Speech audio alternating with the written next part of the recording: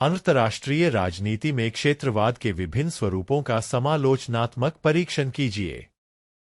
अंतर्राष्ट्रीय राजनीति में क्षेत्रवाद के विभिन्न स्वरूपों का समालोचनात्मक परीक्षण। एक भूमिका। अंतर्राष्ट्रीय राजनीति में क्षेत्रवाद, रीजनलिज्म, एक महत्वपूर्ण प्रवृत्ति है जिसमें विभिन्न देशों या क्षेत्रों के बीच सहयोग और संगठन को बढ़ावा दिया जाता है। यह राजनीतिक, आर्थिक, सांस्कृतिक और सुरक्षा के क्षेत्रों में सहकारी प्रयासों को प्रोत्साहित करता है। क्षेत्रवाद के कई स्वरूप और दृष्टिकोण हैं, जिनका उद्देश्य क्षेत्रीय स्थिरता, आर्थिक विकास और अंतर्राष्ट्रीय सहयोग को सुनिश्चित करना है। हालांकि, इसकी प्रभावशीलता और चुनौतियों के बारे में विभिन्न दृष्टिकोणों से समालोचनात्मक विचार प्रस्तुत किए गए हैं। 2. क्षेत्रवाद के प्रमुख स्वरूप। आर्थिक क्षेत्रवाद, इकोनॉमिक रीजनलिज्म। यह आर्थिक सहयोग और एकीकरण के माध्यम से क्षेत्रीय विकास को बढ़ावा देने पर केंद्रित है, जैसे आसियान, ASEAN, यूरोपीय संघ, EU और नाफ्टा। इन संगठनों का उद्देश्य मुक्त व्यापार, निवेश प्रवाह और आर्थिक समृद्धि को प्रोत्साहित करना है। आलोचना। आर्थिक क्षेत्रवाद अक्सर छोटे और कम विकसित देशों के लिए असमान लाभ प्रदान करता है। क्षेत्रीय समूहों के बाहर के देशों के साथ व्यापार बाधाओं की संभावना बढ़ जाती है, जिससे वैश्विक व्यापार प्रभावित होता है। 2. सुरक्षा क्षेत्रवाद, सिक्योरिटी रीजनलिज्म। यह क्षेत्रीय स्तर पर सुरक्षा चुनौतियों से निपटने के लिए सहयोग को बढ़ावा देता है। उदाहरण के लिए, NATO और शंघाई सहयोग संगठन, ASEAN। आलोचना। सुरक्षा क्षेत्रवाद में अक्सर बड़े और शक्तिशाली देशों का प्रभुत्व होता है, जो छोटे देशों की संप्रभुता को प्रभावित कर सकता है। यह क्षेत्रीय स्थिरता के बजाय शक्ति संतुलन बनाए रखने का माध्यम बन सकता है। 3. राजनीतिक क्षेत्रवाद, पॉलिटिकल रीजनलिज्म। यह राजनीतिक सहयोग और निर्णय लेने में सामूहिकता को बढ़ावा देता है। अफ्रीकी संघ, AU और यूरोपीय संघ, EU इसके उदाहरण हैं। आलोचना। राजनीतिक क्षेत्रवाद अक्सर निर्णय लेने में धीमा और जटिल हो सकता है। क्षेत्रीय संगठनों के बीच मतभेद और प्रतिस्पर्धा राजनीतिक सहयोग को कमजोर कर सकते हैं। 4. सांस्कृतिक क्षेत्रवाद, कल्चरल रीजनलिज्म। यह क्षेत्रीय सांस्कृतिक पहचान और विरासत को संरक्षित करने और बढ़ावा देने पर केंद्रित है। दक्षिण एशियाई क्षेत्रीय सहयोग संगठन, SAARC, सांस्कृतिक क्षेत्रवाद का एक उदाहरण है। आलोचना। सांस्कृतिक क्षेत्रवाद में अक्सर क्षेत्रीय और राष्ट्रीय पहचान के बीच टकराव होता है। यह सांस्कृतिक समानता के नाम पर विविधता को नजरअंदाज कर सकता है। 3. क्षेत्रवाद के सकारात्मक पहलू, क्षेत्रीय स्थिरता। यह क्षेत्रीय विवादों को कम करने और शांति को बढ़ावा देने में सहायक होता है। आर्थिक विकास, मुक्त व्यापार और निवेश के माध्यम से क्षेत्रीय आर्थिक सहयोग को प्रोत्साहित करता है। वैश्विक शक्ति संतुलन। क्षेत्रीय संगठन बड़े वैश्विक शक्तियों के प्रभाव को संतुलित कर सकते हैं। सांस्कृतिक सहयोग, क्षेत्रीय संस्कृतियों को बढ़ावा देने और सांस्कृतिक आदान प्रदान को प्रोत्साहित करता है। 4. क्षेत्रवाद की आलोचना, अन्य देशों के प्रति भेदभाव। क्षेत्रवाद अक्सर उन देशों के साथ असमान व्यवहार करता है जो क्षेत्रीय संगठनों का हिस्सा नहीं होते। सत्ता का असमान वितरण। क्षेत्रीय संगठनों में बड़े और शक्तिशाली देशों का दबदबा होता है। वैश्वीकरण के साथ संघर्ष। क्षेत्रवाद कभी-कभी वैश्वीकरण के उद्देश्यों और सिद्धांतों के विपरीत होता है। संसाधन असमानता। क्षेत्रीय सहयोग में विकसित और विकासशील देशों के बीच संसाधन और लाभ का असमान वितरण हो सकता है। 5. निष्कर्ष। अंतर्राष्ट्रीय राजनीति में क्षेत्रवाद एक महत्वपूर्ण प्रवृत्ति है जो क्षेत्रीय सहयोग और विकास को बढ़ावा देती है। हालांकि, इसके स्वरूपों और कार्यप्रणाली में कई चुनौतियां हैं, जैसे असमानता, शक्ति संतुलन और बाहरी देशों के साथ भेदभाव। क्षेत्रवाद को सफल और प्रभावी बनाने के लिए यह आवश्यक है कि इसका उद्देश्य केवल क्षेत्रीय लाभ तक सीमित न रहकर वैश्विक शांति और समृद्धि की ओर उन्मुख हो। अंतर्राष्ट्रीय संबंधों के अध्ययन के लिए उदारवादी दृष्टिकोण की व्याख्या कीजिए। अंतर्राष्ट्रीय संबंधों के अध्ययन के लिए उदारवादी दृष्टिकोण की व्याख्या। 1. परिचय। अंतर्राष्ट्रीय संबंधों में उदारवादी दृष्टिकोण एक महत्वपूर्ण सिद्धांत है जो सहयोग, परस्पर निर्भरता और अंतर्राष्ट्रीय संस्थानों की भूमिका पर जोर देता है। यह यथार्थवादी, रियलिस्ट दृष्टिकोण के विपरीत संघर्ष और शक्ति संतुलन की बजाय शांति और समृद्धि को बढ़ावा देने के लिए राज्यों के बीच सहयोग की संभावना पर केंद्रित है। उदारवाद प्रबोधन युग एनलाइटमेंट की विचारधारा पर आधारित है, जिसमें मानव तर्क, नैतिकता और प्रगति की क्षमता को महत्वपूर्ण माना गया है। 2 उदारवादी दृष्टिकोण के मुख्य सिद्धांत। मानव तर्क और नैतिकता। उदारवादी मानते हैं कि मनुष्य तर्कसंगत और नैतिक है।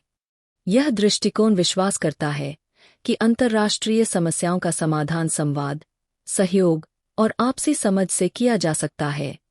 लोकतांत्रिक शांति सिद्धांत डेमोक्रेटिक पीस थ्योरी। उदारवादी दृष्टिकोण का एक प्रमुख सिद्धांत यह है कि लोकतांत्रिक देश एक दूसरे के साथ युद्ध करने की संभावना कम रखते हैं। यह विचार साझा मूल्यों और संस्थागत नियंत्रण पर आधारित है। आर्थिक परस्पर निर्भरता। उदारवादी तर्क देते हैं कि अंतर्राष्ट्रीय व्यापार और आर्थिक परस्पर निर्भरता राज्यों के बीच युद्ध की संभावना को कम करती है, क्योंकि आर्थिक संबंध टूटने से सभी पक्षों को नुकसान होता है। अंतर्राष्ट्रीय संस्थानों की भूमिका। उदारवादी दृष्टिकोण अंतर्राष्ट्रीय संस्थानों जैसे संयुक्त राष्ट्र, विश्व व्यापार संगठन और अंतर्राष्ट्रीय मुद्रा कोष को सहयोग और शांति बनाए रखने के लिए महत्वपूर्ण मानता है। ये संस्थाएं विवाद समाधान और वैश्विक शासन को मजबूत करती है। बहुपक्षवाद मल्टीलेटरलिज्म। उदारवादी दृष्टिकोण बहुपक्षीय सहयोग पर जोर देता है। यह मानता है कि वैश्विक चुनौतियों जैसे जलवायु परिवर्तन और आतंकवाद का समाधान केवल सामूहिक प्रयासों से ही किया जा सकता है। 3 उदारवादी दृष्टिकोण के प्रमुख विचारक। Immanuel Kant. इमैनुएल कांट उनकी कृति परपेचुअल पीस 1795 में शांति के लिए लोकतांत्रिक शासन, अंतर्राष्ट्रीय कानून और वैश्विक संस्थानों की आवश्यकता पर जोर दिया गया। Woodrow Wilson. वुड्रो विल्सन उन्होंने प्रथम विश्व युद्ध के बाद लीग ऑफ नेशंस के गठन का समर्थन किया। उनके 14 सूत्रीय सिद्धांत में आत्मनिर्णय, मुक्त व्यापार और सामूहिक सुरक्षा की वकालत की गई। John Locke. जॉन लोके उन्होंने प्राकृतिक अधिकारों और सीमित सरकार की विचारधारा को प्रस्तुत किया, जो उदारवादी सिद्धांत के मूल में है। 4 उदारवादी दृष्टिकोण के व्यवहारिक स्वरूप। अंतर्राष्ट्रीय संस्थान। संयुक्त राष्ट्र और यूरोपीय संघ जैसे संगठन उदारवादी सिद्धांत के व्यवहारिक रूप है। ये संगठन राज्यों के बीच विवादों को सुलझाने और सहयोग को बढ़ावा देने के लिए काम करते हैं। आर्थिक वैश्वीकरण। व्यापार समझौतों और अंतर्राष्ट्रीय आर्थिक सहयोग ने आर्थिक परस्पर निर्भरता को बढ़ावा दिया है, जो युद्ध की संभावना को कम करता है। जलवायु समझौते। पेरिस समझौता और अन्य पर्यावरणीय संधियां यह दर्शाती है कि उदारवादी दृष्टिकोण कैसे वैश्विक समस्याओं के समाधान के लिए बहुपक्षीय प्रयासों को प्राथमिकता देता है। 5 उदारवादी दृष्टिकोण की आलोचना। अत्यधिक आदर्शवाद। यथार्थवादी आलोचक मानते हैं कि उदारवादी दृष्टिकोण राज्यों के स्वार्थ और शक्ति संतुलन की अनदेखी करता है। सत्ता असमानता। अंतर्राष्ट्रीय संस्थानों में बड़े और शक्तिशाली देशों का प्रभुत्व छोटे देशों के हितों को दबा सकता है। परस्पर निर्भरता की सीमाएं।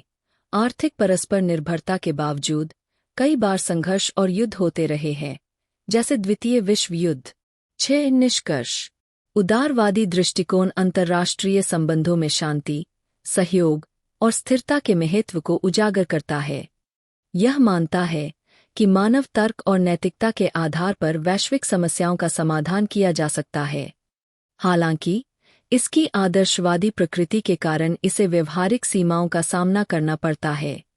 फिर भी उदारवाद ने अंतर्राष्ट्रीय सहयोग को प्रोत्साहित करने और वैश्विक शांति बनाए रखने में महत्वपूर्ण योगदान दिया है। वैश्वीकरण के दौर में राष्ट्र राज्य की भूमिका की चर्चा कीजिए। वैश्वीकरण के दौर में राष्ट्र राज्य की भूमिका की चर्चा। 1 परिचय। वैश्वीकरण ने राजनीतिक, आर्थिक और सामाजिक संरचनाओं को व्यापक रूप से प्रभावित किया है। इसने राष्ट्र राज्यों की पारंपरिक सीमाओं और भूमिका को चुनौती दी है। हालांकि वैश्वीकरण के प्रभाव के बावजूद राष्ट्र राज्य अपनी महत्वपूर्ण भूमिका बनाए रखे हुए हैं और वैश्विक चुनौतियों का समाधान प्रदान करने में सक्रिय भूमिका निभा रहे हैं। 2. वैश्वीकरण के कारण राष्ट्र राज्य की चुनौतियां। संप्रभुता का ह्रास। वैश्वीकरण के कारण राष्ट्र राज्यों की संप्रभुता कमजोर हुई है। अंतर्राष्ट्रीय संस्थानों जैसे विश्व व्यापार संगठन WTO, अंतर्राष्ट्रीय मुद्रा कोष IMF और बहुराष्ट्रीय कंपनियों का प्रभाव राज्यों के निर्णय लेने की स्वतंत्रता को सीमित करता है। अंतर्राष्ट्रीय मुद्दों का प्रभाव। जलवायु परिवर्तन, आतंकवाद और महामारी जैसे वैश्विक मुद्दे किसी एक राष्ट्र राज्य के नियंत्रण से परे है। इन समस्याओं का समाधान बहुपक्षीय सहयोग के माध्यम से ही संभव है। सांस्कृतिक वैश्वीकरण। वैश्विक संस्कृति और उपभोक्तावाद के प्रसार ने कई राष्ट्र राज्यों की स्थानीय परंपराओं और सांस्कृतिक पहचान को खतरे में डाल दिया है। 3. राष्ट्र राज्य की प्रासंगिकता और भूमिका। नीति निर्माण में नेतृत्व। राष्ट्र राज्य अभी भी अपने क्षेत्र में नीति निर्माण और शासन के प्रमुख स्रोत है। वे कानून लागू करने, कराधान और सामाजिक सेवाएं प्रदान करने में प्रमुख भूमिका निभाते हैं। राष्ट्रीय हितों की रक्षा। वैश्वीकरण के बावजूद राष्ट्र राज्य अपने नागरिकों के हितों की रक्षा करने और उनकी आर्थिक और सामाजिक सुरक्षा सुनिश्चित करने में सक्रिय रहते हैं। संस्कृति और पहचान का संरक्षण। राष्ट्र राज्य अपनी भाषा, परंपरा और सांस्कृतिक धरोहर को संरक्षित करने में महत्वपूर्ण भूमिका निभाते हैं। यह विशेष रूप से वैश्विक सांस्कृतिक प्रवाह के समय में प्रासंगिक हो जाता है। वैश्विक शासन में भागीदारी। राष्ट्र राज्य अंतर्राष्ट्रीय संगठनों और संधियों में भाग लेकर वैश्विक शासन का हिस्सा बनते हैं। उदाहरण के लिए, पेरिस जलवायु समझौते और संयुक्त राष्ट्र जैसे मंचों पर उनकी भूमिका महत्वपूर्ण है। 4. निष्कर्ष। वैश्वीकरण ने राष्ट्र राज्यों की भूमिका को चुनौती दी है, लेकिन उन्हें अप्रासंगिक नहीं बनाया है। राष्ट्र राज्य आज भी अपनी संप्रभुता बनाए रखते हुए वैश्विक चुनौतियों का सामना करने में अहम भूमिका निभाते हैं। उनकी भूमिका केवल सीमाओं तक सीमित नहीं है, बल्कि वे वैश्विक मंचों पर भी अपनी पहचान और प्रभाव बनाए रखते हैं। वैश्वीकरण और राष्ट्र राज्य के बीच संतुलन स्थापित करना समय की आवश्यकता है। यथार्थवाद के महत्वपूर्ण सिद्धांतों का वर्णन कीजिए। यथार्थवाद के महत्वपूर्ण सिद्धांतों का वर्णन। 1. परिचय। अंतर्राष्ट्रीय संबंधों में यथार्थवाद रियलिज्म एक प्रमुख सिद्धांत है, जो शक्ति, राष्ट्रीय हित और राज्यों की प्राथमिकता पर केंद्रित है। यह दृष्टिकोण अंतर्राष्ट्रीय प्रणाली को अराजक मानता है, जहां राज्यों को अपने अस्तित्व और सुरक्षा के लिए संघर्ष करना पड़ता है। 2. यथार्थवाद के प्रमुख सिद्धांत। अराजक अंतर्राष्ट्रीय प्रणाली। यथार्थवादी मानते हैं कि अंतर्राष्ट्रीय व्यवस्था अराजक है, जहां कोई केंद्रीय प्राधिकरण नहीं है। राज्यों को अपनी सुरक्षा सुनिश्चित करने के लिए आत्मनिर्भर रहना पड़ता है। राज्य केंद्रित दृष्टिकोण। राज्य अंतर्राष्ट्रीय राजनीति के प्रमुख और सबसे महत्वपूर्ण अभिनेता है। वे अपनी सुरक्षा और शक्ति को प्राथमिकता देते हैं। राष्ट्रीय हित और शक्ति। यथार्थवादी दृष्टिकोण में राष्ट्रीय हित शक्ति के संदर्भ में परिभाषित होते हैं। राज्यों के निर्णय उनकी सुरक्षा और सत्ता बढ़ाने के लिए होते हैं। संतुलन की राजनीति। बैलेंस ऑफ पावर शक्ति के असमान वितरण से बचने के लिए यथार्थवादी संतुलन बनाए रखने का पक्ष लेते हैं। गठबंधन और शक्ति संतुलन के माध्यम से स्थिरता सुनिश्चित की जाती है। मानव प्रकृति। शास्त्रीय यथार्थवादी, जैसे थुसिडाइड्स और हॉब्स, मानते हैं कि मनुष्य स्वभाव से स्वार्थी और शक्तिलोलुप है। यह मानव प्रकृति राज्यों के व्यवहार को प्रभावित करती है। अंतर्राष्ट्रीय सहयोग का संशय। यथार्थवादी अंतर्राष्ट्रीय संस्थानों और सहयोग के प्रति संशय रखते हैं। उनके अनुसार राज्य केवल अपने हितों के लिए सहयोग करते हैं। 3. निष्कर्ष। यथार्थवाद शक्ति, राष्ट्रीय हित और संघर्ष पर आधारित एक व्यावहारिक दृष्टिकोण है।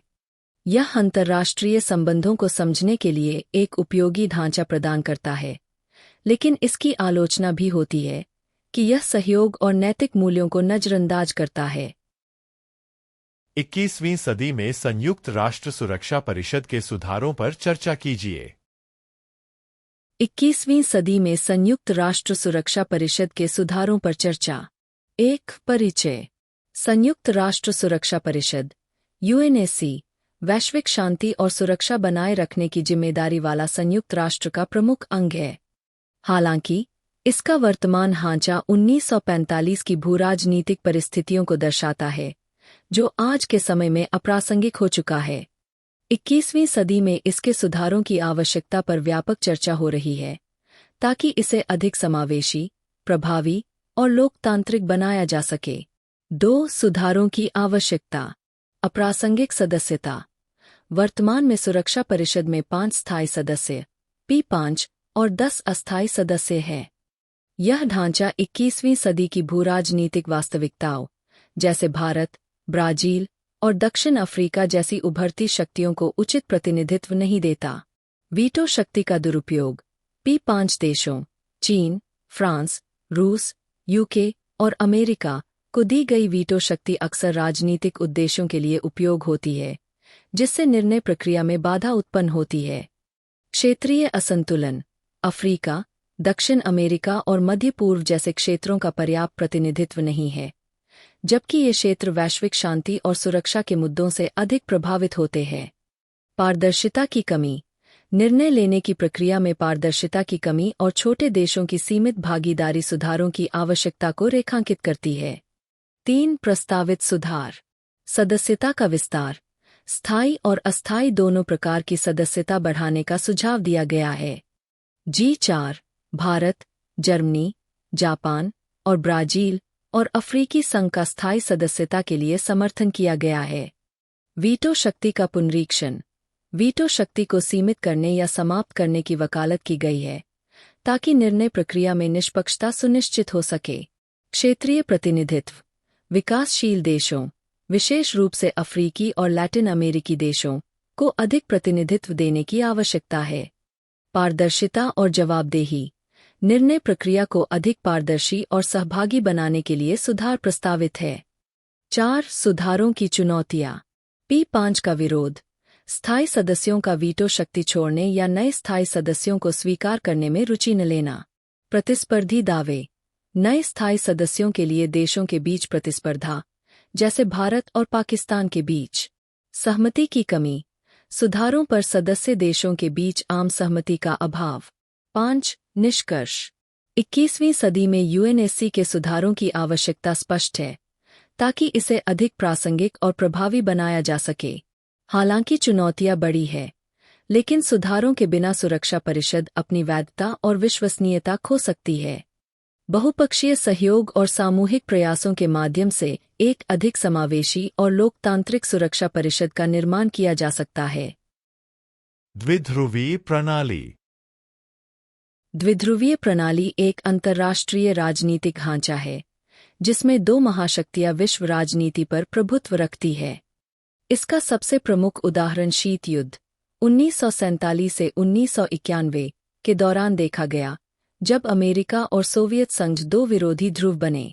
अमेरिका के नेतृत्व में नाटो और सोवियत संघ के नेतृत्व में वार्सा संधि जैसे गुट बने।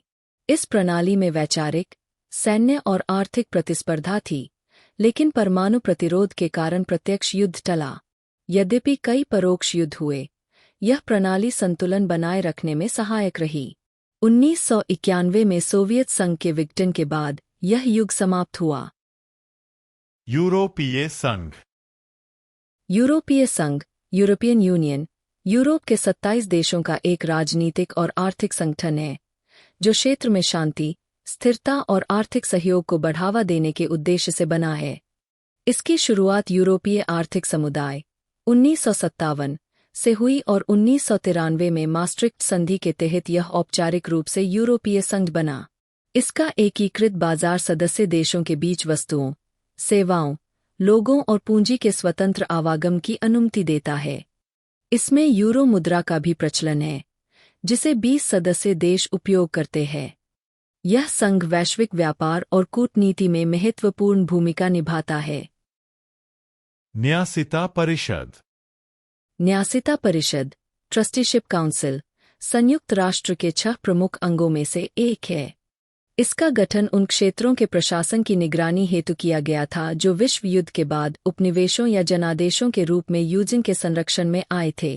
इसका उद्देश्य था इन क्षेत्रों को आत्मशासन या स्वतंत्रता के लिए तैयार करना। इस परिषद ने उपनिवेशवाद के अंत और स्वतंत्रता की दिशा में अहम भूमिका निभाई।